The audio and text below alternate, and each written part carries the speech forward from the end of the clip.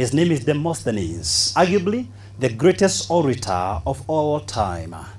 His father died when he was 7 years old. And in those days, the uncles were left to take care of the estate.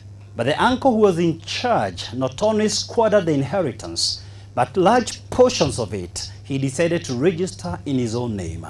Regrettably, Demosthenes was a stammerer. He was a shy boy with low self-esteem. He figured out that he has to make a choice. He was an orphan boy. Either he will accept the situation as it is, unfortunately, that's the plight of the majority of people, or he will resolve to change his plight. Let me say this at this early stage.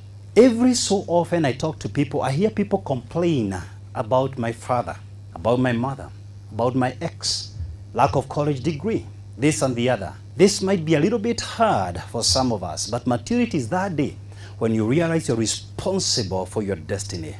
That day when you stop complaining and blaming anything or anyone and always say, if it is up to me, it is up to me. I am the only reason for my success, and by default, I'm the only reason for failure. The moment you have someone or something to blame, you are yet to grow up. Demosthenes scanned the environment and decided he's going to change the situation despite the fact that he was born a stammerer. He committed himself to study a degree in law. That was not an easy task.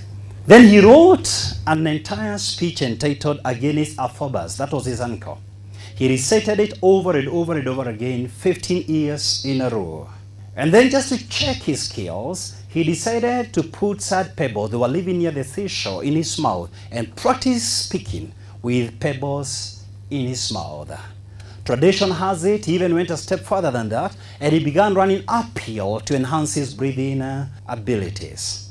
And on his very first public appearance, he outstarted everyone who was in that public debate in a courtyard, and he not only regained his inheritance, but he ended up with a bright political career.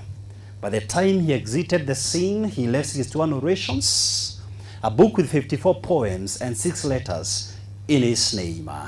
When you achieve goals, they boost your self-esteem. When you achieve goals, they boost your self-image. When you achieve goals, they raise your confidence levels. In the words of Zig Ziglar, you can't make it in life as a wandering generality.